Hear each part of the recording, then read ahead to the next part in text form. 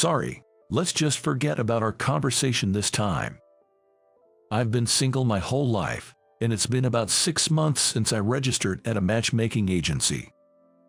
During that time, I've been turned down by women a total of 6 times. Well, if it's okay, can you tell me what put you off? Was it my age, or maybe my income? I wanted to know what I did wrong this time, so I asked the woman I was meeting with. No, I mean, I'm 35 and I don't mind that you're 43. I think you earn pretty well. It's not those two things. It's just what? Well, I don't know how to put this, but something about you doesn't really click with me. Oh, I see. I'm sorry. Upon hearing the woman's words, I let out a sigh. Really? And I said, thank you, to her, then paid the entire bill for our coffee at the cafe. It's a rule at the matchmaking service I'm part of that the man pays for the coffee. By the way, the fact that men pay more is also true for the monthly membership fee. Men have to pay 3 times as much as the female members. I make a decent salary for a regular employee, but it still feels like a significant expense. My name is Brian, a 43-year-old bachelor. The number of years I've been single matches the years I've lived. In a desperate attempt to change my life's course, I joined the matchmaking service, but every woman I meet says the same thing. There's something about you that just doesn't sit right with me. I've scoured books on dating etiquette, and I always make sure I look presentable. Yet, here I am. What am I supposed to do from now on? I half whined to my coworker, Tom, as I usually do. Hey, calm down, everything will work out. At the bar, he gave me a reassuring pat on the back. By the way, this guy, he's happily married with 3 kids. It'll work out, you say. I don't want to hear that from someone as happy as you. With a wry smile, Tom added, my wife and I, we're like 2 peas in a pod. The moment we met, we both just knew. Is there really such a thing as a destined meeting? I believe there is. I mean, we've built a happy family. Heck, our eldest is about to go to middle school. Look, Tom showed me a picture on his phone of his child. But when I saw that picture, my eyes were drawn to a woman standing next to Tom's daughter. Who's that? I asked. That's my daughter's teacher, Catherine. Pretty, isn't she? But believe it or not, she's almost 40. Yet, she's still single. I feel like I've seen her somewhere, or maybe not. Suddenly, I felt a strange connection with this woman. Did you feel something? Maybe. I think I might have. I wonder why. Oddly enough, I found myself missing that woman named Catherine Smith. Strange, isn't it? I've never even met her. Should we consider a matchmaking date then? A matchmaking date? Yes. Apparently, she's been getting quite a few offers, but she hasn't found anyone she really clicks with. She mentioned it in passing during a meeting. Well, maybe it's fate. If she's okay with it, can we arrange it? I'll reach out to her tomorrow to see. Tom seemed really excited about the idea. Even after I stopped looking at her picture on my phone, I couldn't get her face out of my mind. That feeling persisted even after I got home. There was no one else at home to distract me. Up until the year before last, returning home would clear my mind. I'm home, Mom.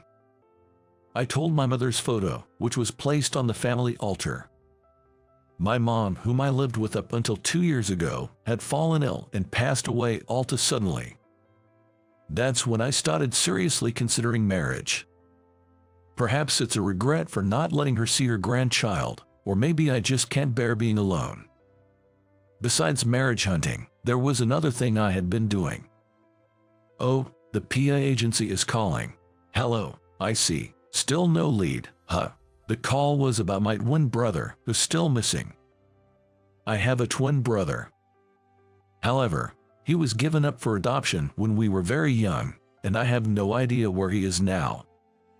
Since finding out about my mom's illness, I've been using several PI agencies to try and locate him, but to no avail.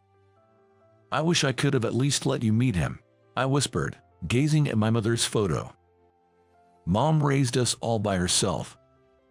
I don't really remember our father. He left us when we were very young. Mom worked tirelessly ever since, which eventually took a toll on her health.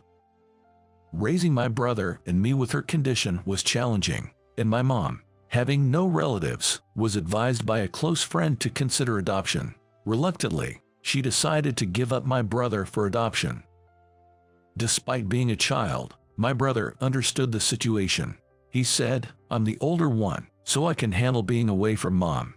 I can get along with a new mom and dad, so I'll go to a new home." I still remember the image of my brother offering himself for adoption. Later, I heard the adoptive parents moved abroad for work, and we lost touch with them. Now, I have no idea where he is. Brother, even if I call out, my missing brother won't answer. Tears welled up in my eyes, and I wiped them away. Not long after, the day of my matchmaking date with Catherine arrived surprisingly soon. She herself had responded, expressing her keen interest to meet me. From what Tom said, she had lived abroad for quite some time and was a very straightforward and efficient lady. I heard she'd never been married. The matchmaking date was set at a hotel restaurant, with Tom accompanying us. Upon reaching the hotel lobby for our meetup, the two of them were already there. Catherine looked even more beautiful and youthful than her pictures. I was captivated by her for a moment. After she took a long, hard look at my face, she nodded slowly. We took our seats at the restaurant, exchanged greetings, and introduced ourselves. All the while, she kept staring intently at my face. No, it wasn't just staring. It felt like she was drilling holes with her eyes. "What's going on? It's just a matchmaking date, but being stared at like this is making me nervous. I wonder if there's something on my face or something's wrong." Tom was looking at her with a curious expression. After the introductions, time flew smoothly, with Tom keeping the mood lively. She had a cheerful personality and was easy to talk to. Tom's cell phone rang midway, so he excused himself, leaving the two of us alone in the room. Suddenly, she looked serious and asked, "Haven't we met before?" I told her I felt the same, but when Tom came back, she fell silent. We then decided on the next day to meet and agreed to go out for dinner. I booked the barbecue place she had mentioned, making sure we had a private room to chat comfortably. No sooner had I taken my seat than she eagerly began speaking. "Just as I thought. You look just like my bro, Steve. You're his spitting image." That's what she said to me. Excuse me, I didn't understand what she meant. "How do you know my brother's name?" Upon asking that, she shared an astonishing story. "Well, it's not about knowing. Steve is my adopted brother." What? I couldn't believe my ears. What does she mean? She's Steve's sister. How is that possible? I couldn't grasp the situation. "But why do you two look so alike?" Catherine stared at me intently before continuing. "Do you remember? We met once when we were kids. I was there the day your brother left his biological family." "Oh, the little girl from back then," I recalled upon hearing Catherine's words. "The day I parted ways with my brother. The family that took my brother in had a little girl with them. That's why when I saw your picture on my phone, it clicked. Same for me. It clicked when I saw your photo. I wanted to meet you. I wanted to meet you." We said the same words in unison. Realizing how in sync we were, we both burst out laughing.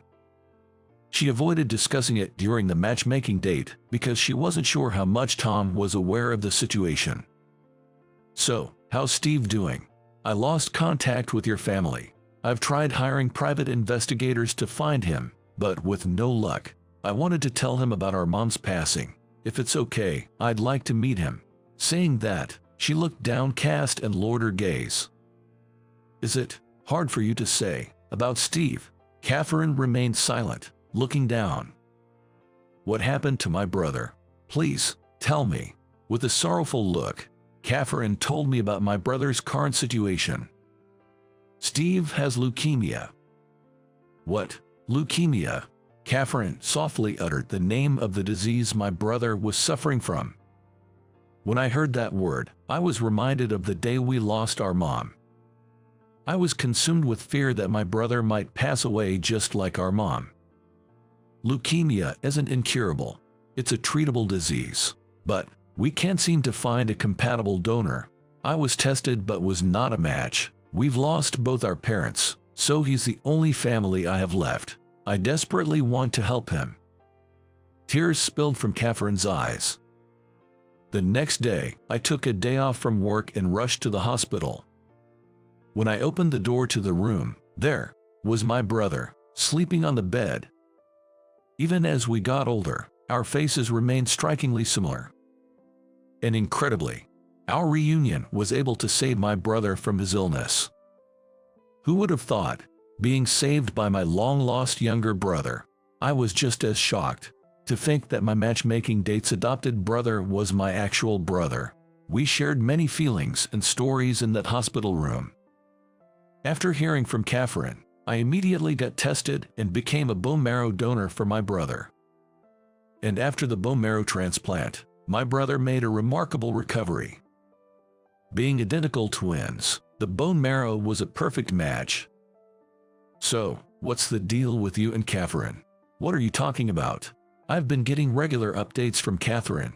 Seems like you two are meeting up frequently, using me as an excuse. After that matchmaking date, Catherine and I met several times because of my brother's situation. With each meeting, I found myself growing fonder of her. So, have you confessed your feelings to her? Well, she must have someone she's interested in, right? If there was such a man, you wouldn't be set up on a blind date with him.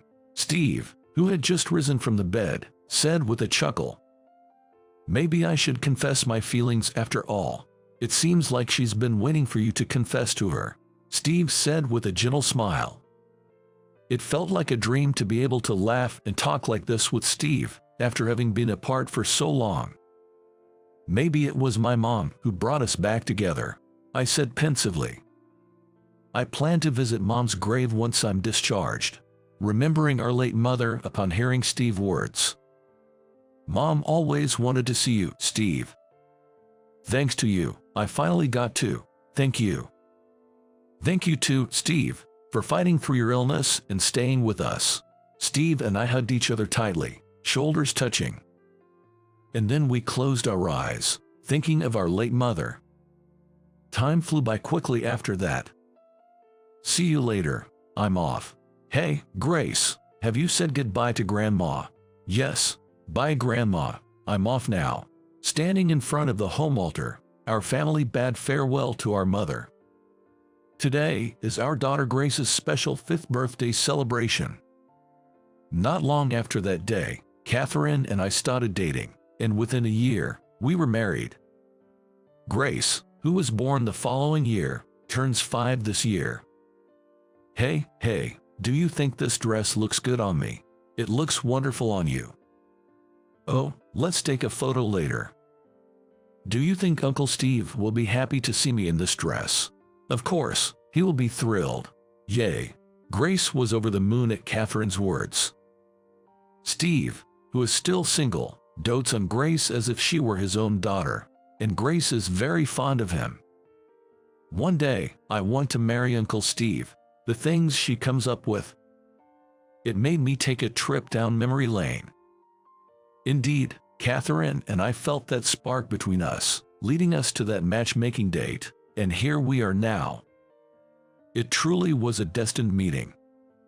I believe that one day, when Grace grows up, she'll meet someone who makes her heart skip a beat. As I look to the future, I deeply hope for that day, feeling grateful for having met Catherine and my brother, and for the chance given to us by Tom. I just want to spend every coming moment in happiness. That's what I believe.